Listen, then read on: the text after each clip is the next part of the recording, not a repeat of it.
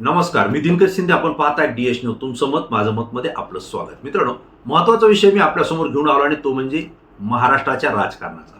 झुकती है दुनिया झुकाने वाला चाहिए हे फक्त चित्रपटातला डायलॉग नाही किंवा एखादी हेडलाईन नाही.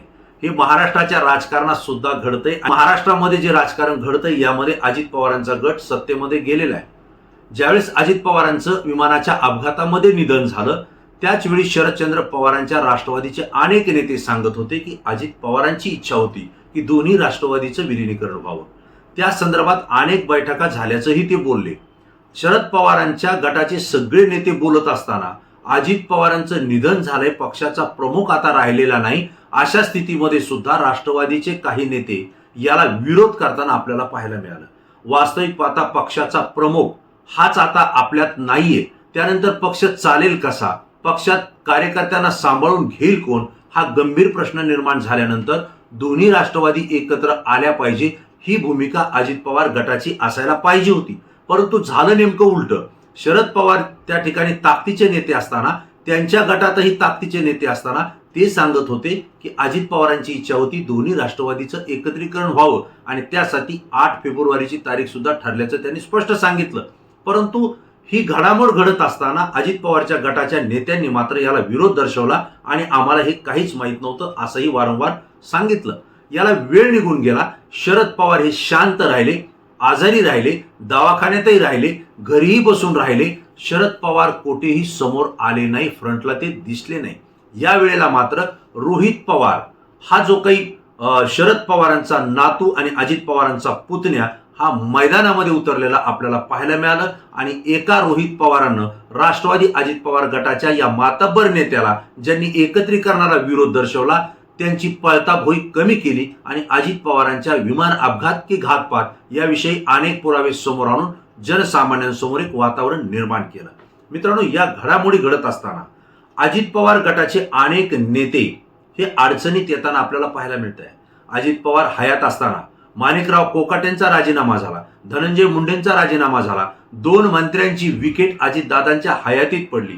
अजितदादांच्या निधनानंतर पुन्हा राष्ट्रवादी अजित पवारांचा गट हा ताकदीनं कमी झाल्याचं आपल्याला चित्र पाहायला मिळालं. जरीही सत्तेत असला तरी बदनामीचं सत्र सुरू दिसलं ते अजित पवारांच्या राष्ट्रवादी गटाबाबतच दिसलं. नरहरी झिरवळ यांचे 2 व्हिडिओ बाहेर आले. एक म्हणजे त्यांच्या मंत्रालयामध्ये त्यांचा पीए कोणाकडून तरी कामासाठी पैसे घेतानाचा व्हिडिओ आला, त्यामध्ये नरहरी झिरवळ अडचणीत आले. दुसरं प्रकरण पुन्हा काही दिवसांनी बाहेर निघालं आणि एका तृतीयपंथी सोबत नरहरी झिरवळ हे आपल्या शासकीय निवासस्थानी त्या ठिकाणी जेवण करताना किंवा जेवणाचं ताट त्या ठिकाणी असलेलं आपल्याला पाहायला मिळालं आणि दुसरा भाग त्या ठिकाणी दारूच्या बॉटल सुद्धा आपल्याला पाहायला मिळाल्या. यामुळे नरहरी झिरवळ हे पुन्हा अडचणीत आले आणि अजित पवारांच्या राष्ट्रवादीला पुन्हा एक त्या ठिकाणी डाग लागला असं म्हटलं तरी हरकत नाही. त्यानंतर पुन्हा अशोक खरात याचं एक प्रकरण नाशिकमधून बाहेर निघालं. या प्रकरणात संपूर्ण महाराष्ट्र हादरला आणि यामध्ये अजित पवार गटाच्या राष्ट्रवादी काँग्रेसच्या रुपाली चाकणकर, ज्या की महिला आयोगाच्या अध्यक्ष आहेत आणि महिला आघाडीच्या सुद्धा प्रदेशाध्यक्ष आहेत, याही त्या ठिकाणी अडचणीत आल्या आणि अशोक खरात याच्या सोबत रुपाली चाकणकर यांचे संबंध होते. त्यानंतर त्यांचं अनेक वेळा जाणं येणं होतं आणि याच अशोक खरातला त्यांनी आपलं गुरु मानलं होतं. अनेक आरोप प्रत्यारोपाच्या पैरी चाकणकरांवर झाल्या आणि अखेर त्यांना दोन्ही पदाचे राजीनामे द्यावी लागले. यामुळे अजित पवारांच्या राष्ट्रवादीला पुन्हा एक मोठं खिंडार पडलं, नव्हे तर भगदाड पडलं असं म्हणणारं सुद्धा आपल्याला वावगं ठरणार नाही. एकीकडे अजित पवारांचा गट या ठिकाणी अडचणीत येतोय, बदनाम होतोय. अशा वेळेला महाराष्ट्रामध्ये जाऊन आपल्या पक्षाला मतदान करा आणि आपल्या पक्षासोबत तुम्ही एकत्र या असं लोकांना सांगायचं कसं, हा कार्यकर्त्यांसमोर पदाधिकाऱ्यांसमोर प्रश्न पडलेला आहे. अशा वेळी पुन्हा एक चर्चा सुरू झाली आणि ती चर्चा होती दोन्ही राष्ट्रवादीचं एकत्रीकरण व्हायला हवं आणि पुन्हा एकदा नव्यानं चर्चा सुरू व्हायला पाहिजे.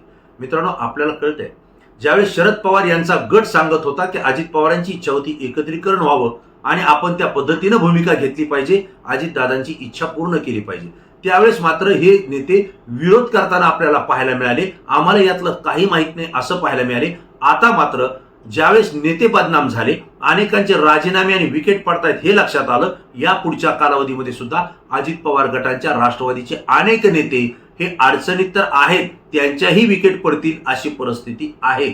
अशा वेळी दोन्ही राष्ट्रवादी एकत्रीकरण व्हायला पाहिजे हा सूर आता अजित पवारांच्या राष्ट्रवादीच्या गटातून या नेत्यांनी बाहेर काढलाय.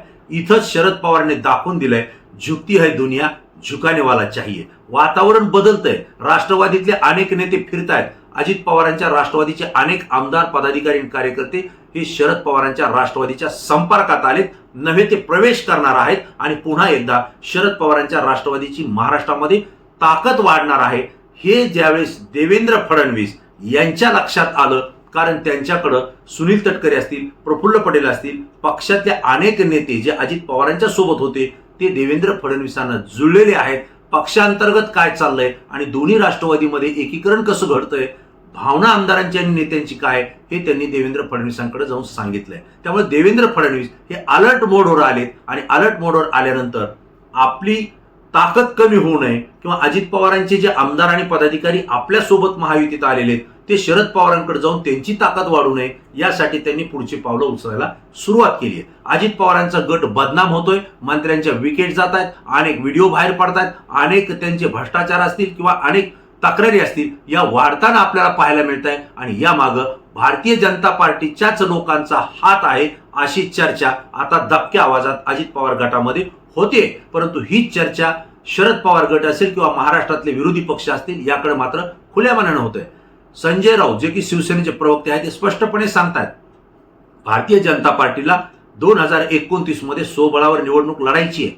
त्यांनी घेतलेल्या कुबड्या बाजूला सारवा असं गृहमंत्री अमित शहा यांनी स्पष्टपणे सांगितले आणि त्या पद्धतीनं महाराष्ट्रातल्या भारतीय जनता पार्टीकडून दोन्ही कुबड्या हटवण्याचं काम चाललंय असं संजय राऊतांनी स्पष्टपणे सांगितलंय. अजितदादा हे ताकदीचे नेते होते, परंतु ते आता हयात नाहीत. त्यांच्या पश्चात सुनेत्राताई पवारांनी पक्षाची धुरा जरी सांभाळली असली तरी सुद्धा पक्षामध्ये आपलंच वर्चस्व राहावं आणि आपल्याच नेतृत्वाखाली पक्ष काम करायला पाहिजे ही भूमिका प्रफुल्ल पटेल आणि सुनील तटकरे यांची आहे. हे काही लपून राहिलेलं नाहीये.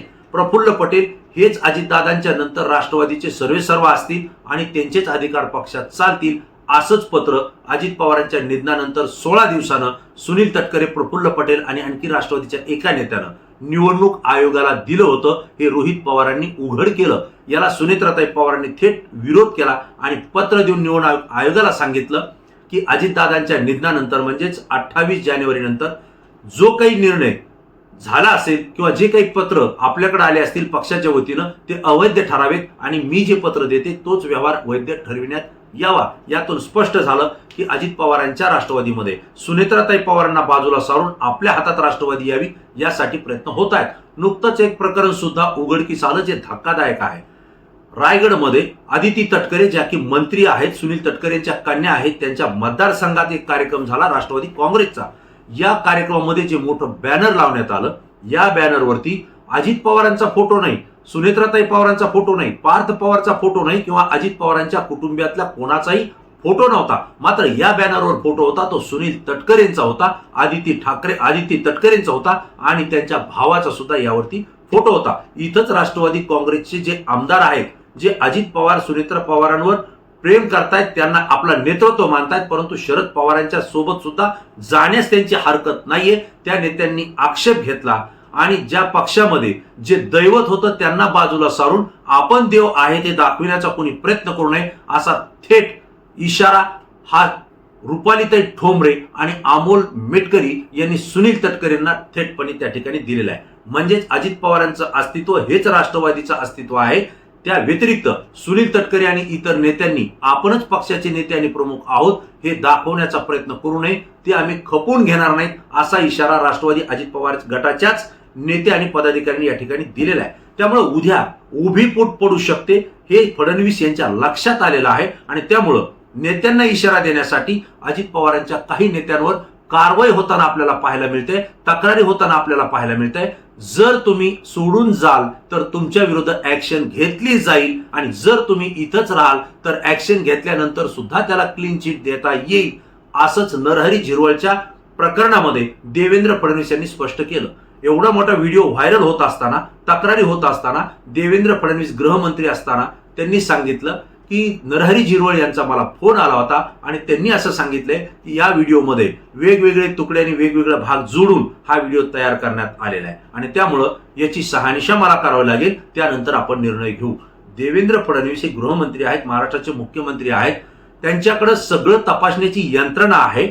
ज्यावेळेस यामध्ये जो व्हिडिओ करणारा व्यक्ती आहे तो सांगतोय की माझ्या मोबाईलमध्ये व्हिडिओ तयार झालेला आहे, माझे CDR तपासा, माझा नरहरी झिरवळ आणि त्या तृतीय पंथाचा तुम्ही मोबाईल चेक करा, तुम्हाला यामध्ये सगळं काही आढळून येईल. हे एका दिवसाचं काम होतं, पण तरी सुद्धा देवेंद्र फडणवीस यांनी नरहरी झिरवळ यांना या ठिकाणी वाचवण्याचा प्रयत्न केलाय का, हे या प्रश्न या ठिकाणी उपस्थित होत आहेत. म्हणजेच काय, तर जर आमच्या सोबत राहाल तर तुम्ही त्या ठिकाणी वाचाल, आम्हाला सोडून जाण्याचा विचार कराल तर मग मात्र तुम्ही अडकाल, असाच इशारा देवेंद्र फडणवीस आणि भारतीय जनता पार्टीनं या नेतृत्वाला किंवा या नेत्यांना दिलाय, असं या ठिकाणी स्पष्ट दिसतंय. असं जरी असलं तरी शरद पवारांनी शांत राहून महाराष्ट्रामध्ये मोठा खेळ केलाय. शांत राहून खेळ करता येतो हे फक्त शरद पवारांनी वेळोवेळी दाखवलंय. 1.5 महिन्याच्या या शांततेमध्ये त्यांनी झुकती है दुनिया झुकाने वाला चाहिए हे पुन्हा एकदा सिद्ध केलं आणि राष्ट्रवादीचं पूर्ण वातावरण फिरवलं.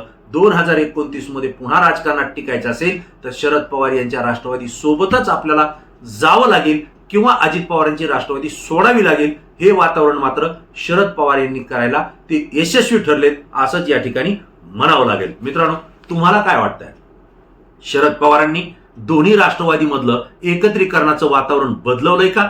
देवेंद्र फडणवीस अलर्ट मोडवर येऊन त्यांनी राष्ट्रवादी अजित पवार गट जो फुटणार आहे त्याला फुटण्यासाठी काही कालावधी का होईना थांबवलंय का, थांबवलंय का?